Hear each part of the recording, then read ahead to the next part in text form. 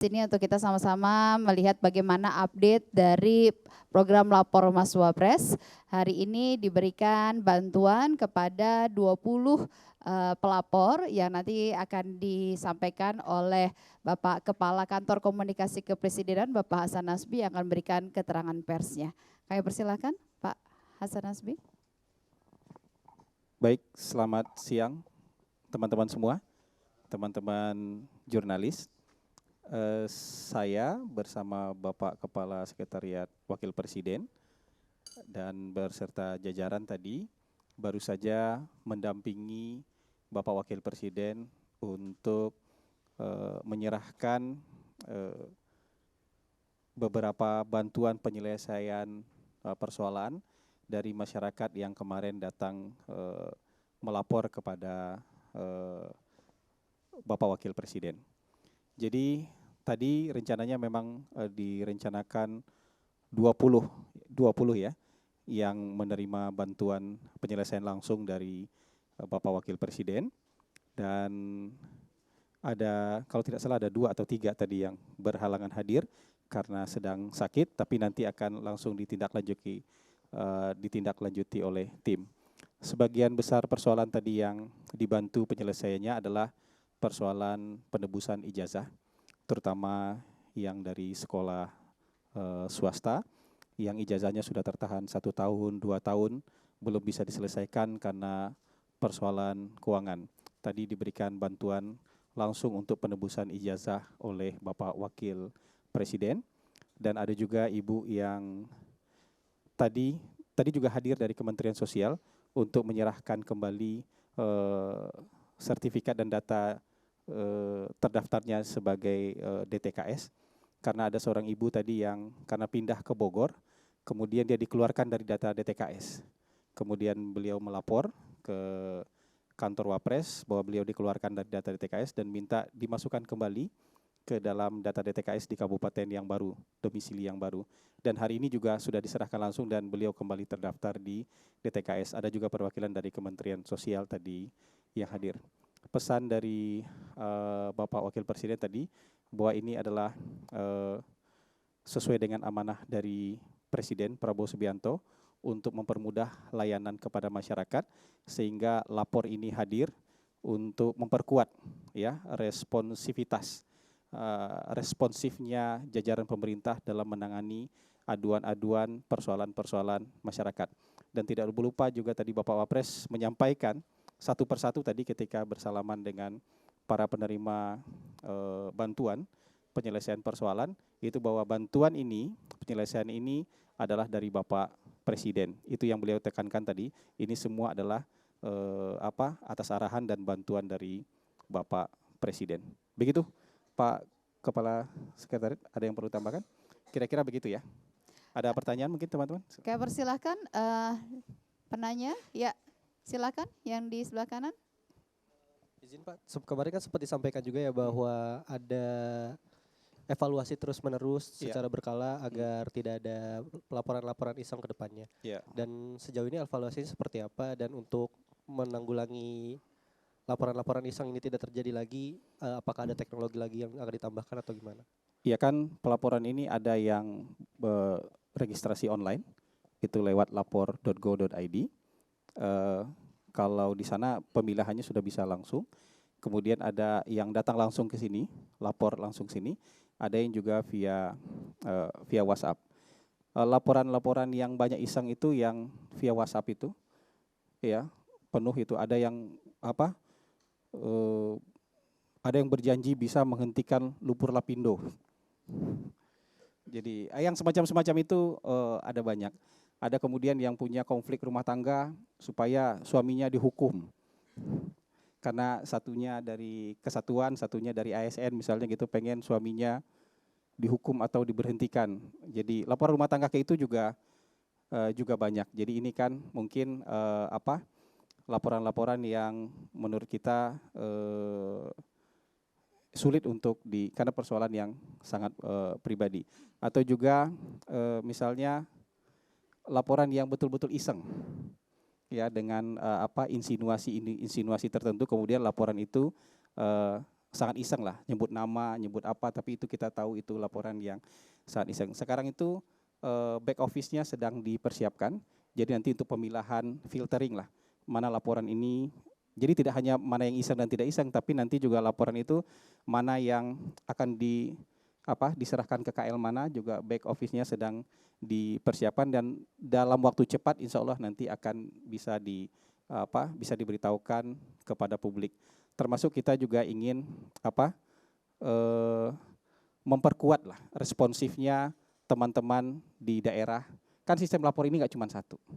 Jadi yang perlu dipahami oleh teman-teman semua, sistem lapor ini nggak cuma satu. Di level daerah sistem lapor ini ada.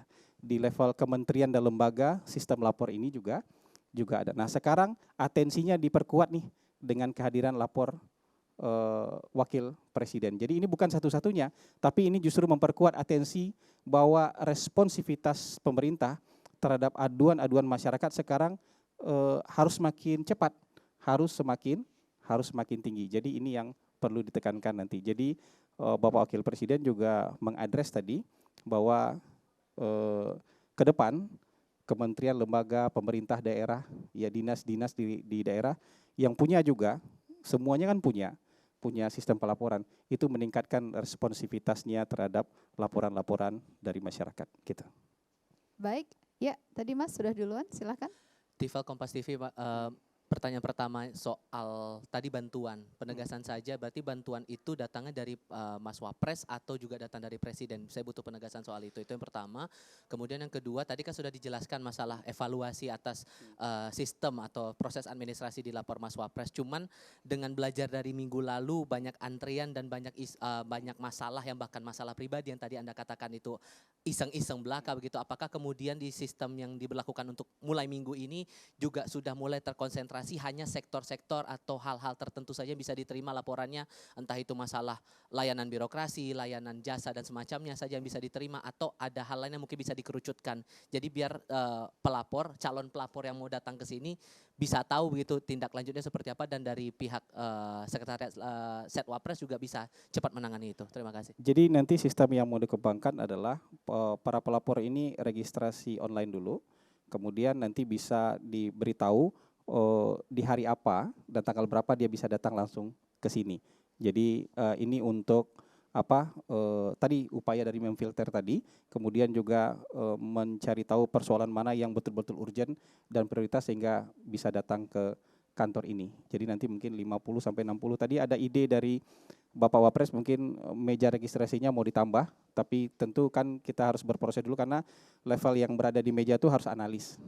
Jadi bukan sekedar petugas yang ditaruh di situ, tapi dia analis, dia bisa menganalisis persoalan ini bisa dilanjutkan atau tidak, termasuk juga men-screening bukti-bukti yang dibawa itu memadai atau tidak. Jadi kira-kira seperti itu. Nah yang ditekankan oleh Pak Wapres tadi, bantuan ini bantuan dari Presiden. Jadi ke semua orang tadi, beliau menyatakan ini bantuan dari Pak Presiden ya. Ini bantuan penyelesaian persoalan dari Pak Presiden ya, termasuk yang pindah tadi dari DTKS-nya pindah, saya lupa dari Depok ke Bogor tadi, jadi dia pindah dan tercatat lagi DTKS di Bogor, itu dia bilang ini atas bantuan Bapak Presiden. Begitu yang ditekankan oleh Bapak Wakil Presiden tadi. Baik, silakan. Iya, Mas. Kita 4 penanya saja boleh ya, satu lagi nanti. Bambang Pak dari Harian Rakyat Merdeka. Ya.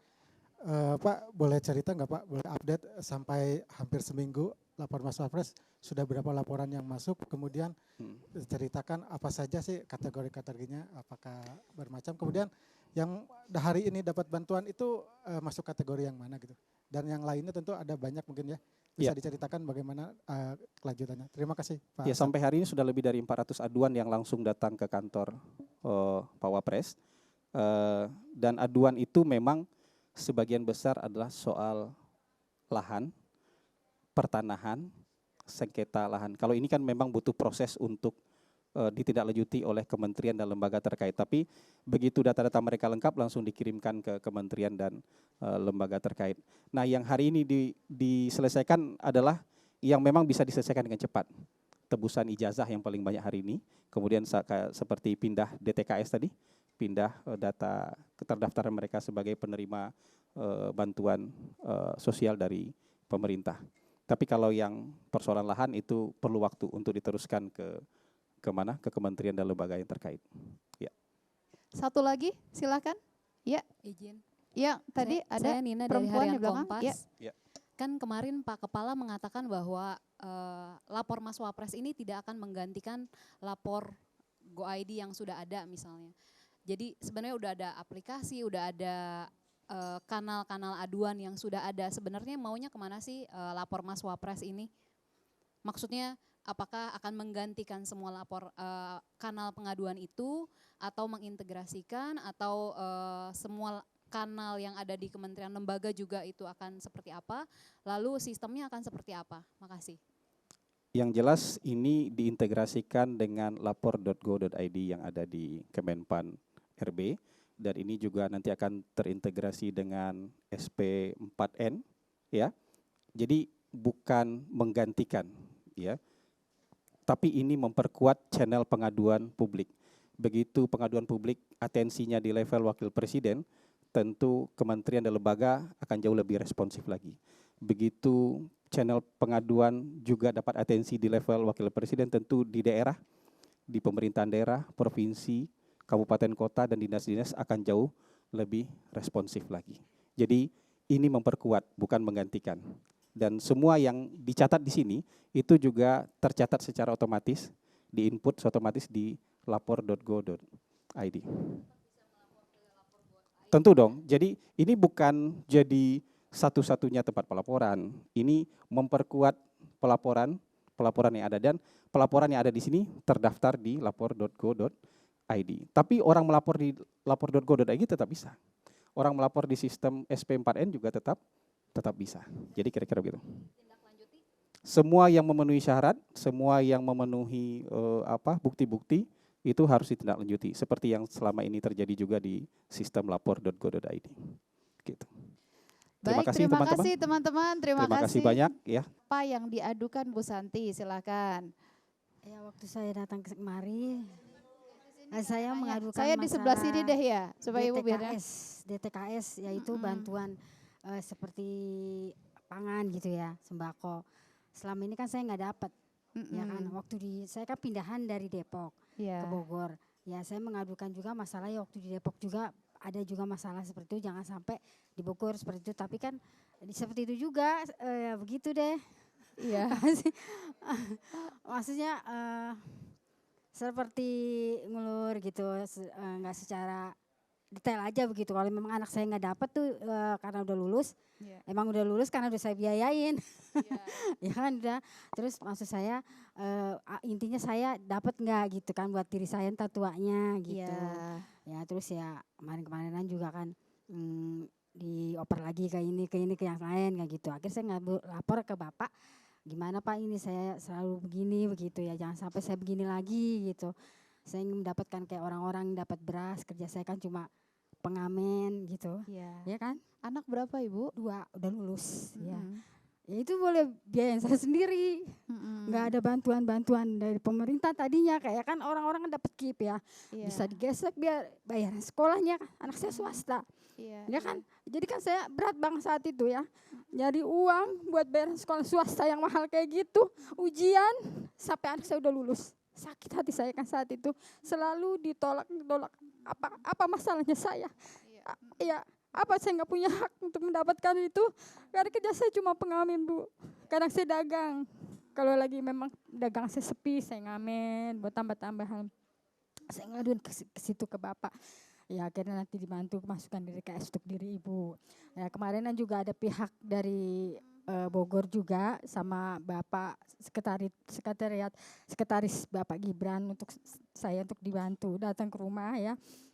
Wawancara saya juga berbicara dan saya bilang jadi datang ke rumah juga ya ya ke rumah untuk mengecek betulkah begitu ya, verifikasi ini rumahnya Ibu, kondisi Ibu seperti apa begitu. Apa yang dilakukan ketika verifikasi datang ke rumah tim Ibu? Ya cuma menanyakan keberadaan saya benar ada gitu ya. Terusnya Bapak sekretariat juga bilang ini Ibu ini harus dibantu kan, ini udah perintah dari Bapak Gibran ya. Selama ini nggak dapat bantuan dari Depok ya, selama susah anaknya udah lulus, sekarang untuk dirinya sendiri tolong dibantu untuk hari tuanya dia biar beristirahat kayak gitu, yang nggak capek-capek lagi gitu. Ya akhirnya ya udah nanti dimasukin BMPNPT dulu katanya, karena ibu kalau PKH nggak bisa karena umur ibu masih pas 9, nanti juga ada proses tersendiri kan. Sementara ibu Pak dibantu langsung dikirimin sama dia, minta itu data saya, nanti udah diinput katanya nanti bakal diproses. Gitu Jadi aja. sekarang sudah selesai atau belum? Sudah terdaftar? Saya nggak tahu ya, pokoknya masalahnya kan Coba cuma dari Kemensos ya. jadi di apa namanya cuman dikirimin sama orang tuh foto KTP saya sama kakak saya, udah gitu. Dibantu Ya, diurus. tolong ya. diurus gitu, jangan ini lagi, udah langsung ke orangnya gitu. Iya. Nggak ke kelurahan lagi, nggak ke Iya. Ibu lapornya hari apa waktu itu? ya hari Selasa tanggal 12. Ya. Iya. Nah, Lapor ke Bapak, sebelumnya Ibu lapor kemana saja? ke Pemda doang, ke Pemda. Ke Pem.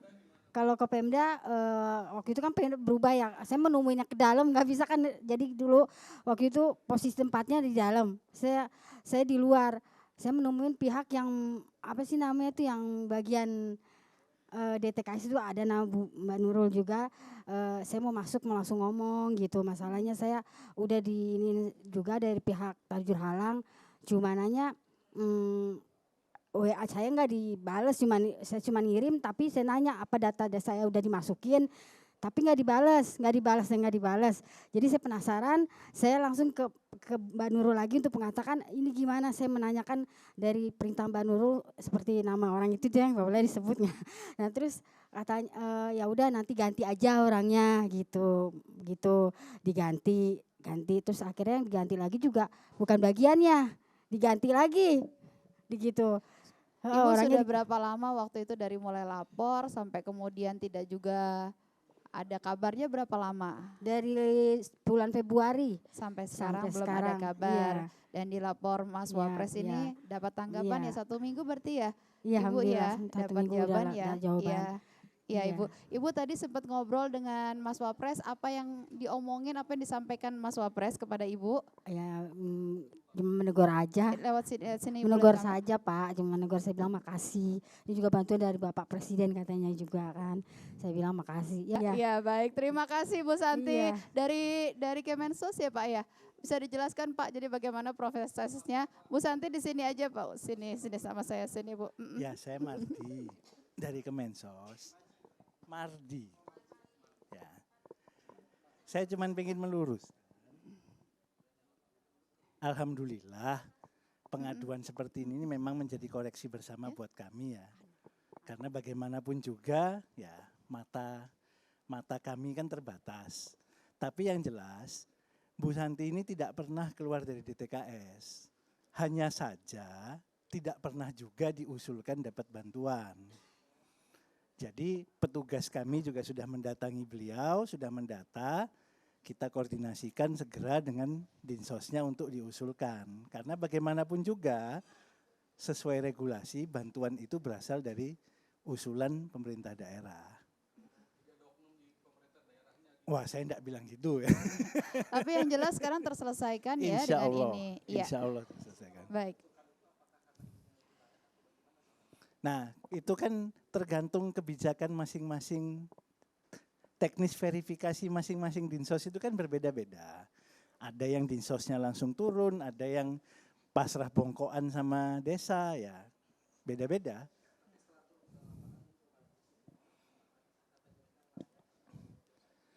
Kalau dari SDM kami yang kebetulan ke lapangan ya melihat ibu ini profesinya memang pengamen, kondisi rumahnya yang mohon maaf seperti itu, ya sebetulnya untuk menerima sembako memang layak. Tapi kalau PKH tadi sudah disampaikan karena anaknya sudah besar-besar semua, sudah tidak ada komponen ya, tidak bisa mendapat PKH. Sedangkan ibu ini belum lansia juga kan. Baik, terima kasih ya teman-teman wartawan, terima kasih.